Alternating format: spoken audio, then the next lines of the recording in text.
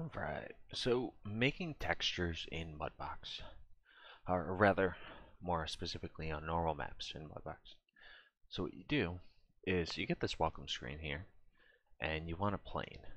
Alternatively, you can go up here to Create, Mesh, Plane. And I'll do this. Now, the UVs for this plane are pretty much automatically generated because it's a default mesh in Mudbox.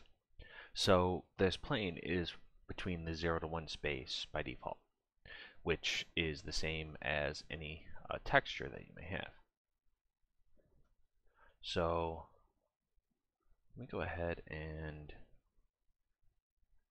add a stencil. So I'm going to go to downloads here, and I'm just going to choose, I'll choose the grass. Okay. So if we go to the end, we have this grass here under stencils. So if I click this, we'll get the grass there. So if I click top, just to align it, and hold S, right click and drag, I can go ahead, I can align that to our model there. So now what we want to do is hold down Shift and hit D. And what this is going to do is make new subdivisions. So if I press W to show the wireframe of our model here, let me hit Q to hide our stencil real quick. When I hit Shift D, it's making more subdivisions. Okay, you can see I'm at 409,000. Now I'm at 1 million, and that should be good for us. So if I hit Q again, we get our stencil back. And then we have our sculpt tool. I'm going to turn mirroring off. Make sure I don't have a stamp up. And then I'll hold B on the keyboard and left click. B on the keyboard, left click, drag to make our brush bigger. So there's all sorts of tools you can choose from. I'm going to use the repeat because the repeat kind of makes a smoother layer than the sculpt. The sculpt will build it up, and we don't really want it to build it up. Okay, so we'll just go ahead and just start digging in here, and that's not thick enough, so I'm going to Control Z that, and then I'm going to hold M. I'm going to bring that up, and M will increase our strength here. Oh, it's a little too much, so I'm going to bring that back down. Okay, it's not bad. So now I'm just going to kind of paint in everything here. And now we have our grass. So I'll hit Q. So now we have our grass like that. Okay. Another thing you can do is with your stencil selected, go to Paint Tools, Projection. Click once and we'll be able to make a layer. Just go to 1024. I'm going to name it Grass. Click OK. Go to Layers. We'll see we have our grass layer now. So I can actually paint in that stencil. So if we want it to be, you know, if we're doing this on a character, let's say, we could paint in different sections. So here I was actually doing a carrot. So I decided I, had a carrot stencil, and I was using this to add the textures and things like that to it. So now we have our grass, and it looks a little wonky right now because it's so bumped up from that surface, but and our specularity isn't set up. But actually we can go ahead and make our specularity right now. So right click on this guy, we're gonna duplicate special. I'm gonna right click again on the copy, move, specular. And then we can right click, adjust color. And now I could turn the volume down, or value. Turn the diffuse down a little bit. So now we get more of a kind of a slight glow to it, but nothing too crazy. Right. So now, how do we get our normal map? what you want to do is you go up to UVs and maps, extract texture maps, new operation. I'm going to click normal map, and it should automatically fill it in. So target model is our plane at level 0. That's a low resolution. And then our high resolution is level 7. So that's what we want. Change this to subdivision, so it's based off of the subdivisions rather than raycasting. And 1024 is fine.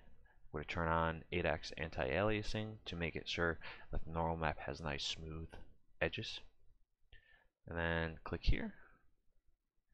And I'm going to go ahead and save that. I'm going to save it in downloads, just so I have it. Grass.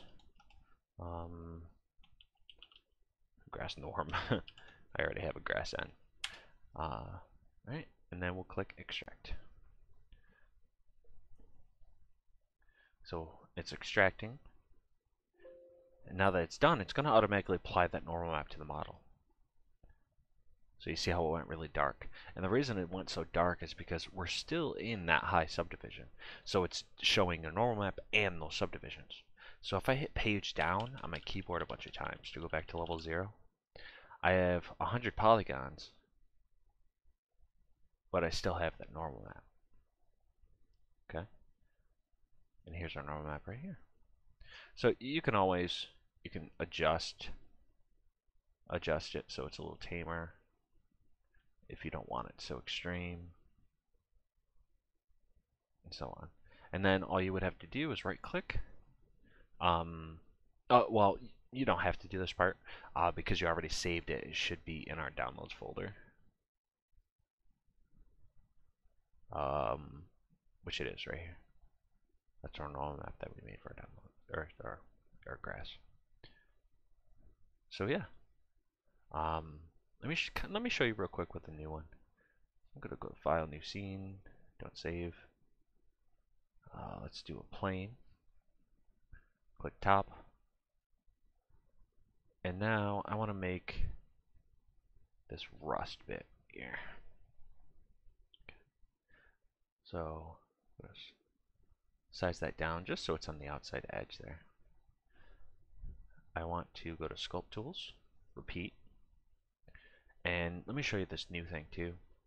Well, here, let me subdivide first. 1,000,000, that's fine. And then if I click here, I can create a new sculpt layer. So we can do different layers, like a sculpt layer on top of a sculpt layer. And it'll save all the data from what we sculpt here. So if I go ahead and do this, you'll see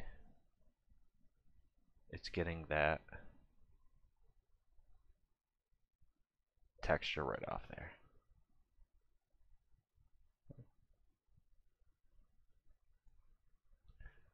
Alright, so now if I go to Paint Tools, Projection, click, it's going to ask us for a paint layer.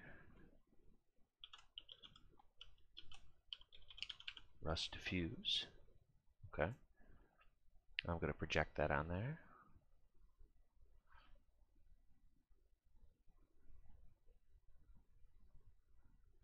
Alright, so now that that's on there,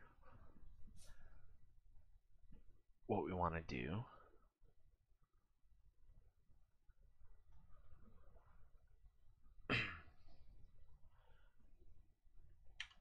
hide that. Let's take a look. Looks pretty cool. So now we want our specular, especially for something like this, because you know, this outside might be shiny, but in here where the rust is, wouldn't be as shiny. So we want to represent that. And a texture like this, you can usually get away with just simply duplicating the color and moving it to specular, and it gives you a pretty cool result. Also, of course, you can adjust it like this, or you can select it, grab your paintbrush, choose black, and then we can, oh come on, what's going on here?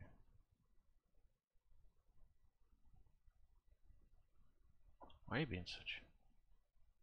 Just doing. So now we can, obviously you'd want to be a little bit fine-tuned with it. But if you wanted, so you get a spot with lower specularity than before. You can paint it again, and now the center of it has no specularity, but the sides do. So you can kind of use this method to create spots where there's oxidization, things like that. And this would also be a good time to kind of use the stamp tool if you wanted to also. I'll go in here.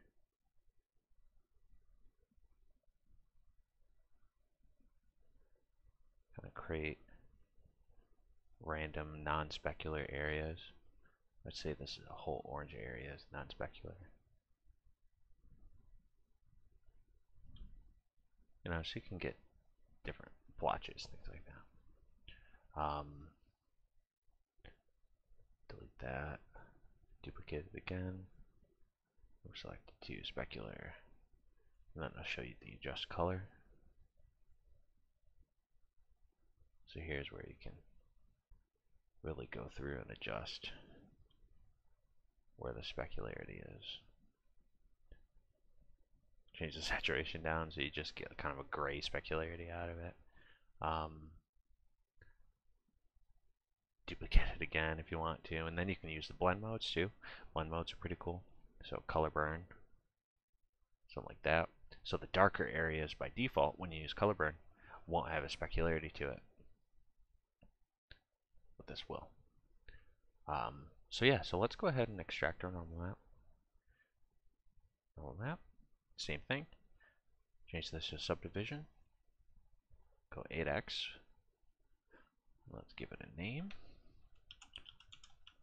And extract.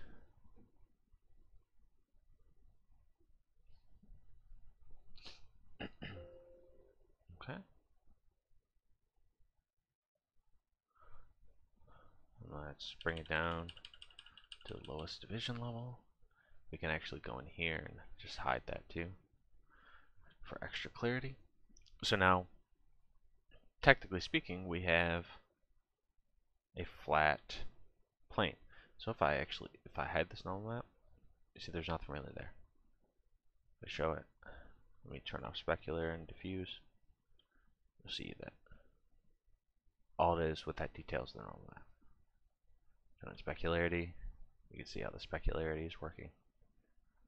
And then the diffuse kind of finishes the effect off a little bit. So yeah, so that's how you would make a texture in Mudbox. And get your normal map, get your specular working. So now what we can do is merge visible. Then you export selected. That would be rust_s for specular. Save. And then the diffuse, export selected. Let's change that to a D.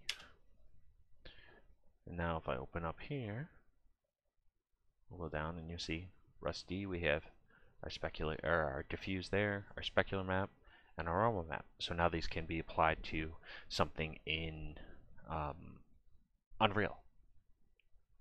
Something that covers that 0 to 1 space. Okay. In the next video, I'll kind of show you with a more organic model how to paint it and texture it and things like that. Maybe we'll actually model it out first. We'll see. Alright, thanks.